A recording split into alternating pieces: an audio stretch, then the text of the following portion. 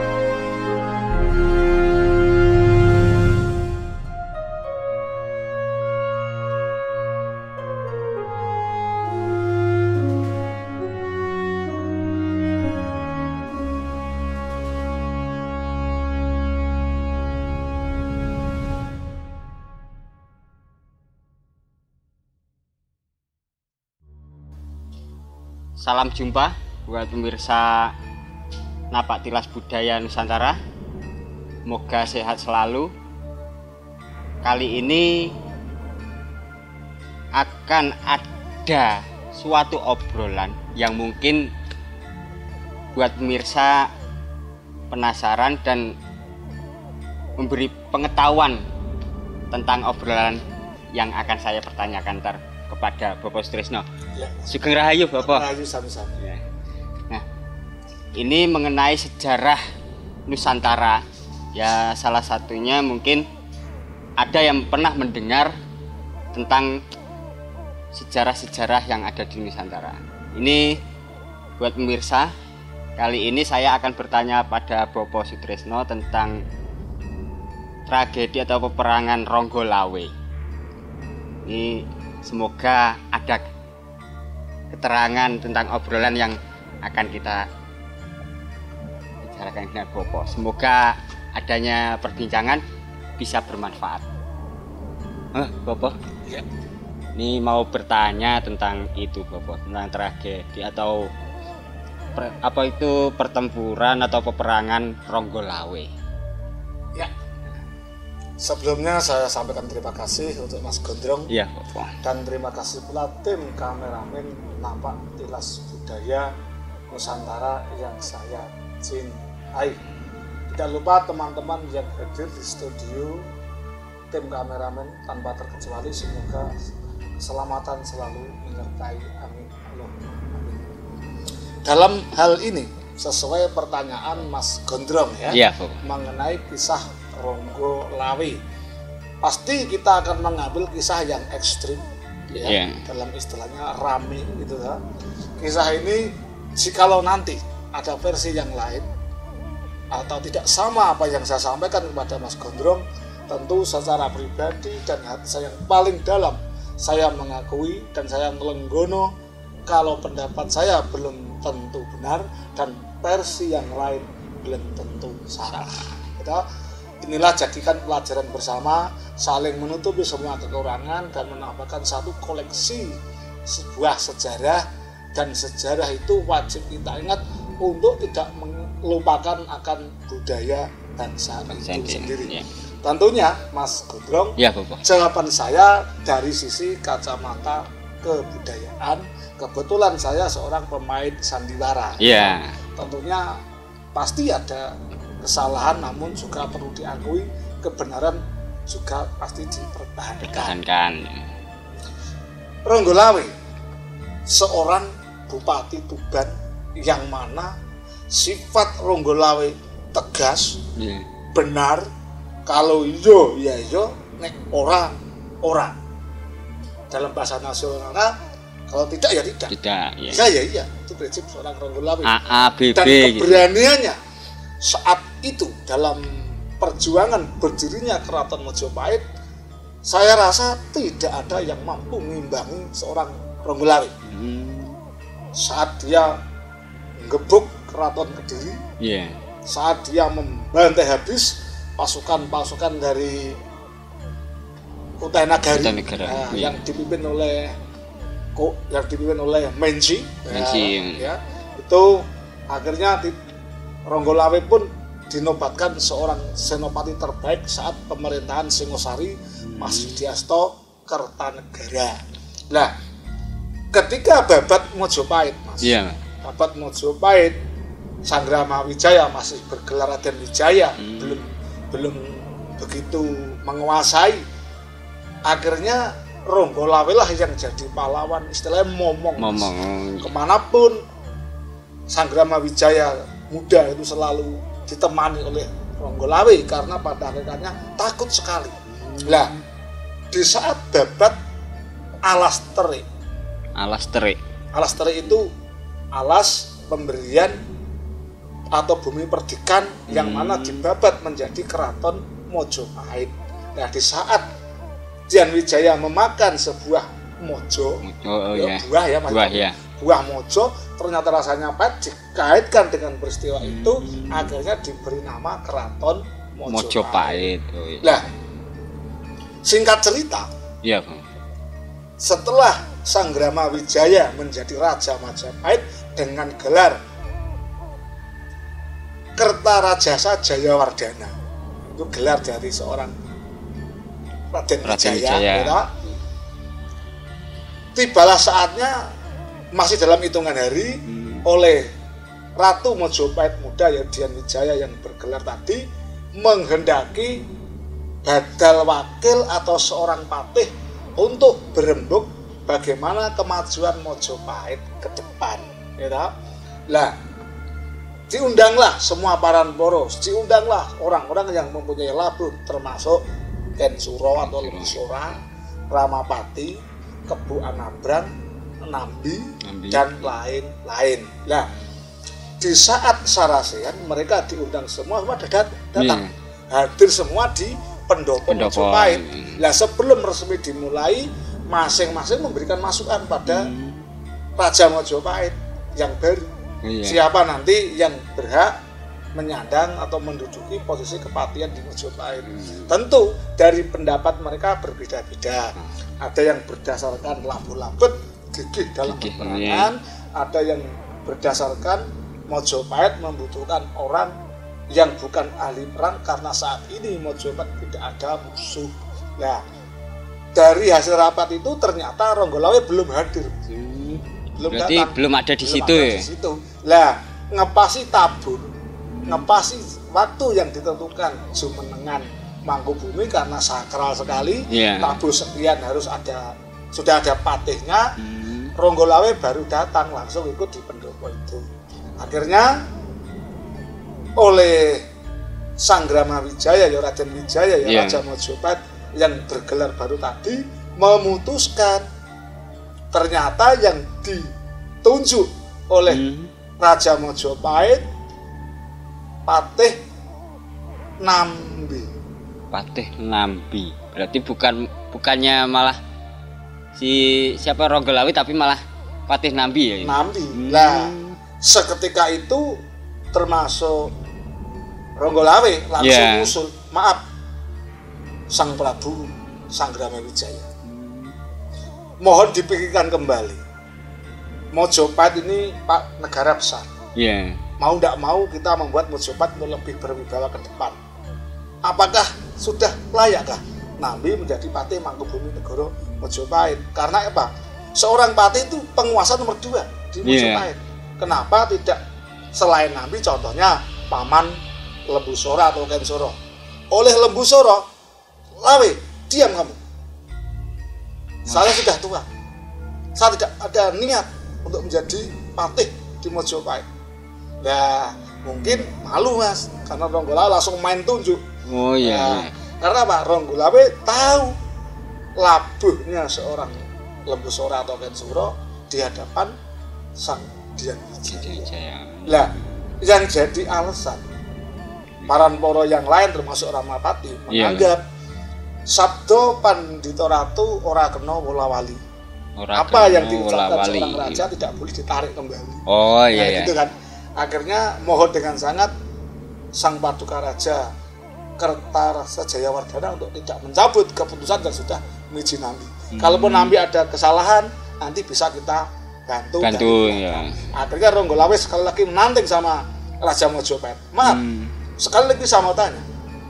Ini positif, tidak bisa digugat kalau si Nambi jadi patih.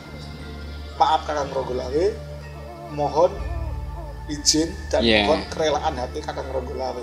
Keputusan Nambi tetap saya putuskan. Ya toh, Nambilah yang saya angkat patih dan bergelar Patih Hamangkubumi. Patih Hamangkubumi. Oh iya. Merasa Ronggolawe tidak didahar. Iya. Atore yang disampaikan, Ronggolawe sempat berpesan pada yang hadir di situ termasuk tidak ketinggalan Raja Mojopahit yang baru. Berarti ini Bopo. Melanjut apa tentang kata pesan.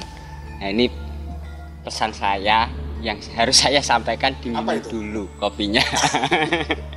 Kalau aku ini loh Mas, yang ngangen ini yang bikin kita asik untuk ngobrol ya ini Bapak. Yang ngangen ini enggak ketemu sampean gitu. Luwesnya itu. Ada minum ya. Ya, monggo Bapak. Ini sambil refreshing kita ada ya. Ini ngobrol santai sambil minum kopi ya. Tos kita temen. Iya. Wah. Jadi sekali. Ini buat pemirsa, inilah santainya obrolan. Jadi ngobrol santai sambil ngopi, sambil berbagi pengetahuan tentang sejarah, tentang budaya.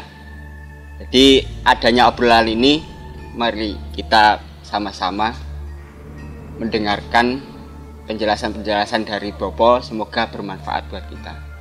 Dilanjut Bapak tentang tentang tadi sudah merasa energi yang positif untuk aktivitas kita ya Mas Gedrong ya Bu, teman-teman tim kreatif Penapak Tilas Budaya Nusantara dan yang hadir di studio pada saat ini, mohon izin dan saya lanjutkan kembali.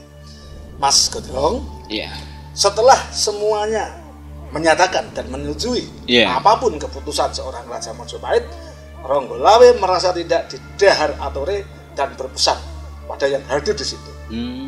Wahai semuanya yang hadir di Pendopo Mojopahit, termasuk Paduka Raja yang saya cintai dan saya sanjungkan dan saya agungkan. Ingat, kalau tetap ditetapkan si Nambi sebagai Mangkubumi Mojopahit, Ronggolawe tidak akan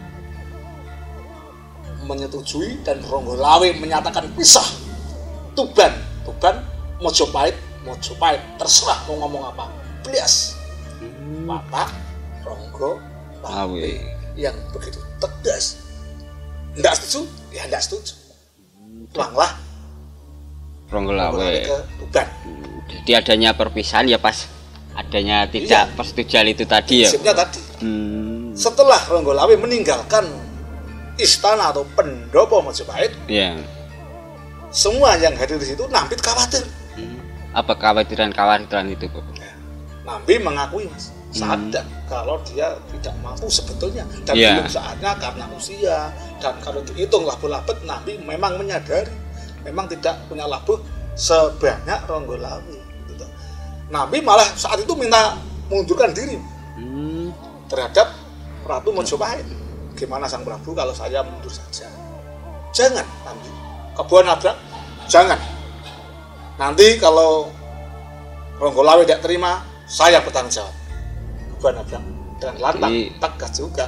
Dia langsung mengucap biar tidak mengundurkan diri untuk jadi patih itu tadi ya. Karena apa Nambi? Kamu harus ingat, kamu tuh patih. Di belakang kamu banyak beliau orang kita. Iya. Kalau Ronggolawe kamu harus apa dasarnya? Kalau kedudukan, saya sudah punya di Pambringan. Ronggolawe sudah punya di Tuban. Ngapain? Jangan-jangan Ronggolawe mengingat Patih Mangkubumi. Oleh Ken Surot, pohon jangan diteruskan. Iya, oh. Karena itu paman dari Ronggolawe, Pak Lee Mas. Pak Lee. Anggaplah semua ini justru kita tidak usah berebut atau bertengkar masing-masing. Yang penting ayo kita putuskan secara Ronggolawe sama bisa reda hatinya. Oleh Ramapati usul pada Sang Hyang Wijaya atau Ratu Mojopahit. Maaf Sang Prabu, dalam hal ini yang tahu watak Ronggolawe adalah Si Adi Kensuro atau Si Adi Lembu Suro. Karena dia adalah keponakannya. Ya kita serahkan pada Lembu Suro. Bagaimana caranya Lembu Suro ngerimuk Ronggolawe agar semua ini bisa kembali normal. Tidak memanas antara Tuban dan Mojopahit.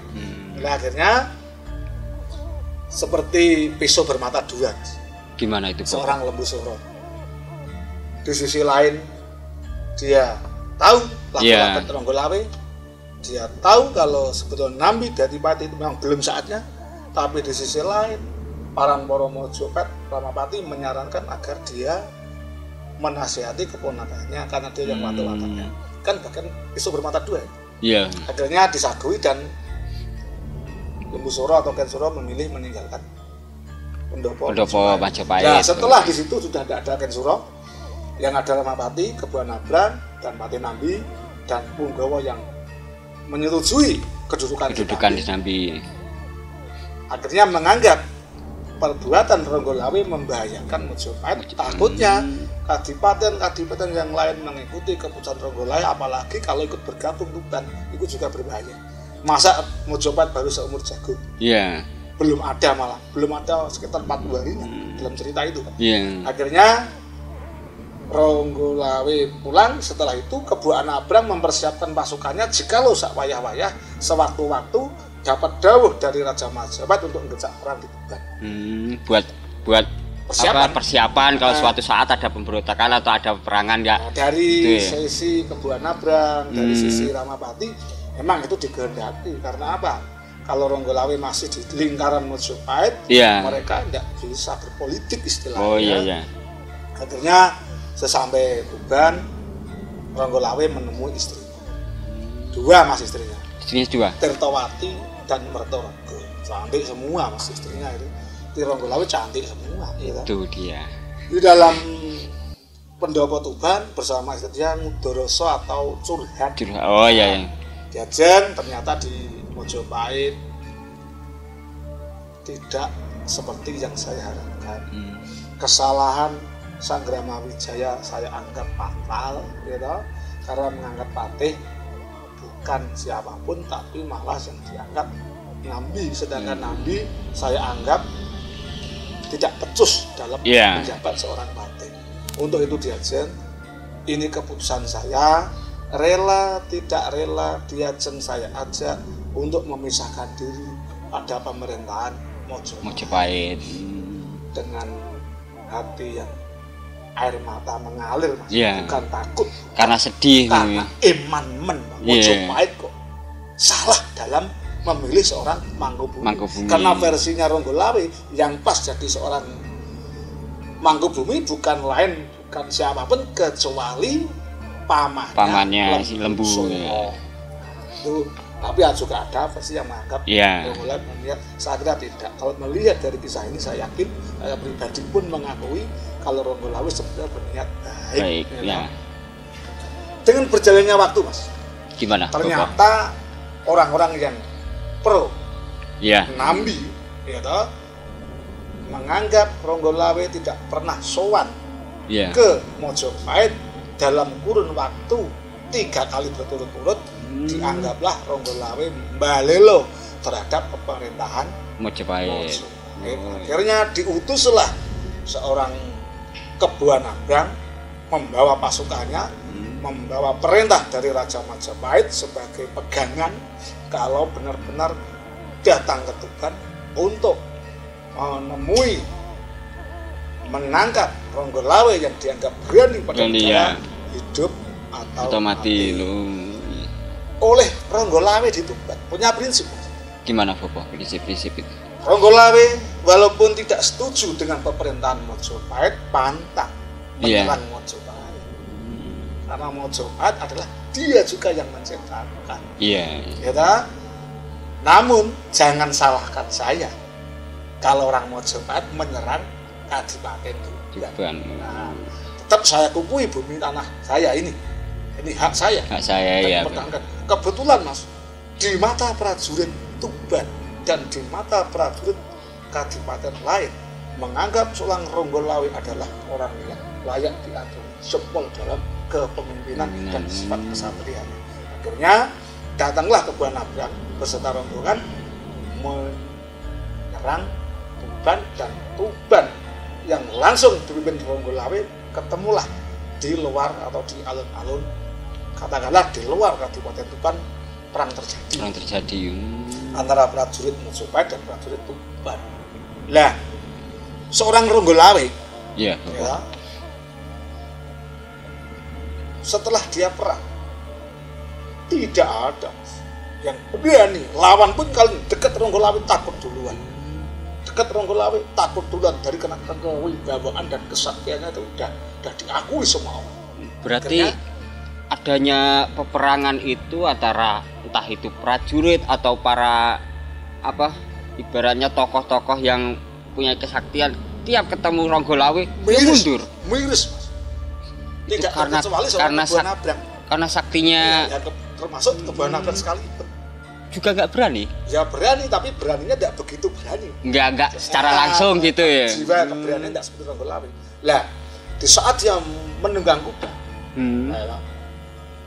mengejar lawan-lawan yang ingin menyerang. Oh ya. Tuban Ronggolawe sampai di tengah kali, namanya Kali Tambak Beras. Kebetulan Kali Tambak Beras saat itu posisinya baru banjir. Lagi banjir bandang gitu ya. Nah, di saat itu Ronggolawe perang tanpa memikirkan nasibnya, jatuhlah seorang Ronggolawe ke Sungai Tambak Beras. Nah, kalau di daratan tidak ada yang berani dekat Ronggolawe. Nah, di saat Ronggolawe jatuh ke Sungai Tambak Beras, itulah dimanfaatkan oleh seorang Buah Nabrang. Pada hakikatnya seorang Buah Nabrang ahli perang di dalam air. Tapi sekarang ya pasukan angkatan laut. Ya. Sebelum ini Bopo melanjut peperangan yang di dalam air atau kilasan yaitu ini air kopi. Kita nikmatin lagi Bopo. Iya. Ini soalnya kalau udah dingin bener nggak enak Bopo. Iya, obrolan kita nggak semakin hangat. Ntar. Iya. Enak yang hangat. Orang dingin aja cari yang hangat tuh. Iya. Orang dingin cari yang pengen yang hangat. Maksudnya bakwan. Nah, ini kan mau santai lagi kan enak. Suasana semakin hangat. Itu lanjut lagi setelah jatuh ke air, akhirnya si Kebuhan itu memanfaatkan situasi itu. Selanjutnya gimana Bopo yang terjadi? Ya, sebelum dilanjut, perkenalkan saya menyapa teman-teman tim kreatif dari Napak Tilas Budaya Nusantara yang selalu ikut eksis bersama dengan acara ini, dan teman-teman studio yang mohon maaf nggak usah sepaneng ya, terbawa suasana. Bisa lanjutkan ya, mohon maaf ya, Mas Gondrong. Iya. Posisi Ronggolawe yang terjatuh tadi dimanfaatkan seorang Buah Nabrang yang mana ahli dalam perkelahian dunia air. Iya. Tenggelam si Ronggolawe baru mencungul sedikit saja, pegang kepala masuk ke air. Taruh kepala masuk ke air. Sakti seperti apapun. Iya.